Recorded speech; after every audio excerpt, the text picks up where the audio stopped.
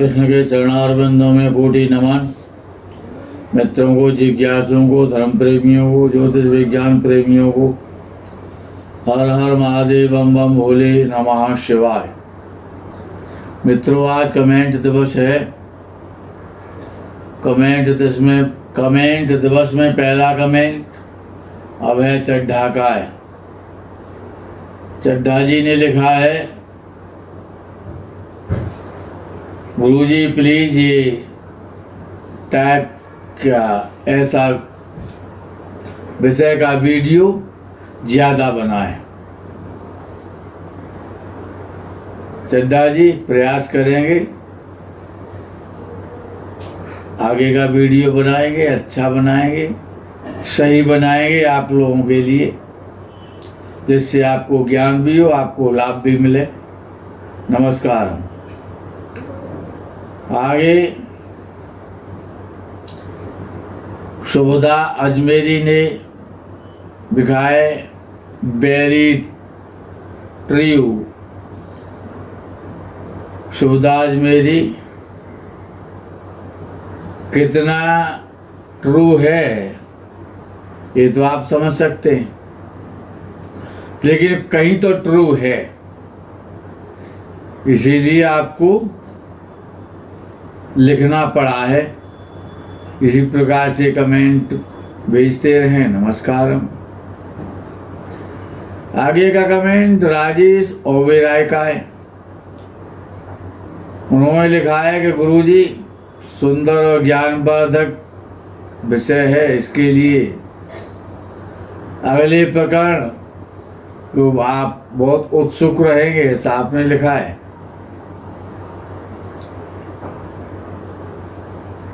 आगे का प्रकरण आपको राजेश जी सुनने को अवश्य मिलेगा। समय की प्रतीक्षा करते रहें। नमस्कार। आगे का कमेंट भावना ठक्कर का है। उन्होंने लिखा है, हर हर महादेव, बम बम भोले, जय माता दी। भावना जी आप प्रसन्न रहें, दीर्घायु हों। नमस्कार। आगे का कमेंट रिकी संधू का है। उन्होंने प्रणाम भेजा है, जन्म विवरण भेजा है, गुरजीत सिंह संधू के नाम से जन्म विवरण आया है। नागपुर महाराष्ट्र से। सप्तम भाव में राहु है, तो कौन सा बिजनेस करना चाहिए और कौन सा नहीं, कृपया बताएं। ये प्रश्न उन्होंने पूछा है। रिकी संधू, आप अपना ये जन्म विवरण और अपना प्रश्न व्हाट्सएप पर भेज दें। निःशुल्क कुंडली कार्यक्रम में आपको उत्तर मिलेगा। नमस्कार। आगे का कमेंट धर्म सिंह का है। जय श्री राम, जय हनुमान लिख करके भेजा है। बहुत बहुत नमस्कारम धर्म सिंह जी आपके लिए। बहादुर सिंह जी ने आगे का कमेंट लिखा है, जय श्री राम, जय हनुमान। बहादुर सिंह जी आपकी भी जय हो और हनुमान जी की भी जय हो। राम जी की तो जय है ही है, आपकी भी जय जयकार हो। नमस्कार। आगे का कमेंट पंकज सिंह का है। उन्होंने नमन बंदन भेजा। पंकज सिंह जी सदा चिरायु हूँ, दीर्घायु, प्रसन्न रहें। आगे प्रवीण द्विवेदी ने अपना जन्म विवरण भेजा है। चिकोदी बेलागवी कर्नाटका से हैं। एजुकेशन के बारे में प्रश्न है। आप ये प्रश्न व्हाट्सएप पर भेज दें, जन्म विवरण के साथ भेजें। निःशुल्क कुंडली कार्यक्रम में आपको उत्तर दिया जाएगा। नमस्कार। आगे का कमेंट मातरम एवरग्रीन वालों का है। हर हर महादेव बम बम भोले नमः शिवाय लिख करके भेजा है, बहुत बहुत नमस्कार, प्रसन्न रहें। आगे का कमेंट दिग्विजय शर्मा का है, तो प्रणाम लिख करके भेजा है। क्या 2021 में ऐसा कोई यज्ञ होगा?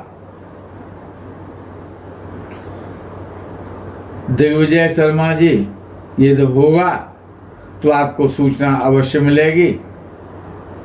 यज्ञ से संबंधित ये यज्ञ होगा तो। नमस्कार।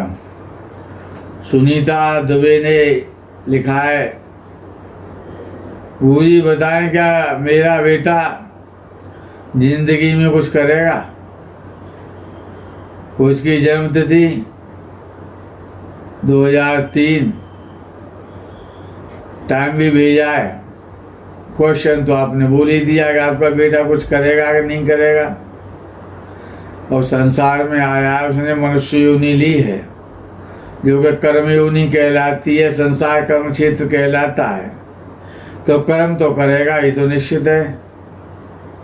लेकिन यदि आप जानना चाहती हैं कि वो कैसा रहेगा, क्या करेगा, तो ये जन्म विवरण व्हाट्सएप पर भेजें और अपना प्रश्न भेजें, उत्तर निःशुल्क कुंडली कार्यक्रम में मिल जाएगा।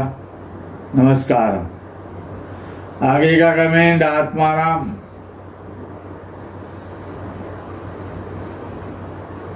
चौमुल का है। उन्होंने लिखा, अगर कुंडली बनाकर विश्लेषण करें तो फी कितनी है, और आपसे मिलना हो तो कब और कैसे मिल सकते हैं? एड्रेस लिखें। आपके पास नंबर है, व्हाट्सएप का नंबर है, व्हाट्सएप के द्वारा आपको जानकारी मिल जाएगी। यदि आप जानकारी लेना चाह रहे हैं तो अवश्य मिलेगी। हम किसी की कुंडली बना करके और सार्वजनिक रूप से सबके लिए किसी की कुंडली का विश्लेषण नहीं करते हैं। तो कुंडली में अच्छी बातें भी होती हैं, कुंडली में खराब भी होती हैं, उनके आंतरिक जीवन का भी उल्लेख उसमें हो जाता है। इसलिए किसी की भी पूल पट्टी संसार में, समाज में नहीं खोलनी चाहिए। इसीलिए हम जो विश्लेषण करते हैं कुंडली बना करके, वो उनका करते हैं जिनको संसार जानता है।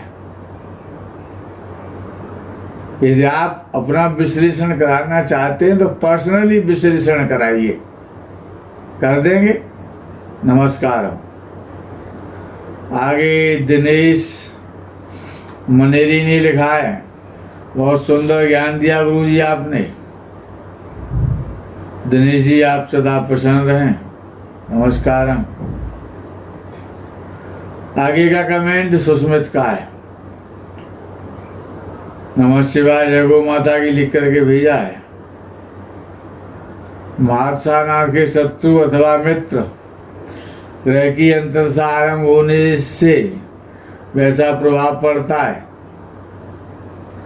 परंतु बताने की कृपा करेंगे। दशानाथ और अंतर्दशापति परस्पर विरोधी होकर भी दोनों जन्म के समय लगल कुंडली में स्वभावों के स्वामी होकर शुभ स्थिति में हुए, तब किस प्रकार समझना चाहिए? ये विषय तो हमने समझाया है, वीडियो के माध्यम से समझाया था हमने। वो वीडियो आपको मिल जाएगा, महात्सा से संबंधित वीडियो है। उस वीडियो को ध्यानपूर्वक सुने। महादशा और अंतर्दशा आपस में दोनों के स्वामी शत्रु हैं तो बहुत परेशानियां पैदा करते हैं। जिन भावों के भी स्वामी होते हैं, उन भावों से संबंधित जो भी विचारणीय विषय होते हैं उनके लिए। नमस्कार। आगे का कमेंट रिकी संधू का है, जन्म विवरण भेजा है, प्रश्न भी भेजा होगा, ये तो निश्चित है। चंदू जी आप ये व्हाट्सएप पर भेजें, निःशुल्क कुंडली का इंतजार करें। नमस्कार। आगे का कमेंट धर्म सिंह का है। जय श्री राम जय हनुमान लिखा है। धर्म सिंह जी आपका धर्म बढ़ता रहे, आप धर्म के मार्ग पर चलते रहें। जैसा नाम है वैसा आपका काम हो। नमस्कार। वैल्यू लिंक वालों ने लिखा है चरण स्पर्श गुरु जी। वैल्यू लिंक वालों बहुत बहुत बधाई आपके लिए। चिराई हूँ प्रसन्न रहें। आगे का कमेंट सूरज गुप्ता का है। उन्होंने प्रणाम लिख करके भेजा, गुप्ता जी आप प्रसन्न रहें, चिराई हूँ। आगे का कमेंट उमेश मलंगा का है, मंगला का है। उमेश मंगला, यानी हम तो कठपुतली हैं। जब सब कुछ भगवान ने लिख रखा है तो काहे का धर्म, काहे का आश्रम, काहे का पाप और काहे का पुण्य। उमेश मंगला बालू, आपने जो लिखा है वो तो ठीक लिखा है। इसी प्रकार से आपको लिखना चाहिए कि जब सब कुछ भगवान ही करता है तो फिर मनुष्य क्या करेगा। अच्छा, मनुष्य के करने से कुछ होता, धर्म मंगला उमेश मंगला वालों, तो फिर भगवान बीच में कहां से आता। अच्छा, मनुष्य ने कुछ बनाया है क्या? मनुष्य ने धरती बनाई है, या मनुष्य ने वृक्ष बनाए हैं, या मनुष्य ने पशु पक्षी बनाए हैं, या मनुष्य ने समुद्र बनाए हैं। हाँ, मनुष्य एक काम तो करना जानता है, मारना सबको जानता है। अपना अगर उसका बचाव हो रहा है, और यदि किसी ने कह दिया कि आपको 100 कबूतर मार के खाने हैं तो तुम अमर हो जाओगे, तो वो 500 कबूतर खा लेगा मार के।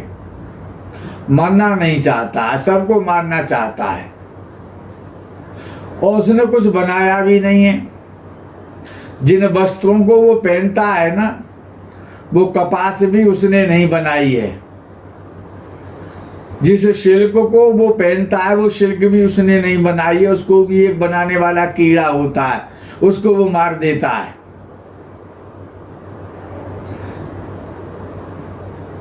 और ईश्वर सबका रक्षक है, भगवान सबका रक्षक है।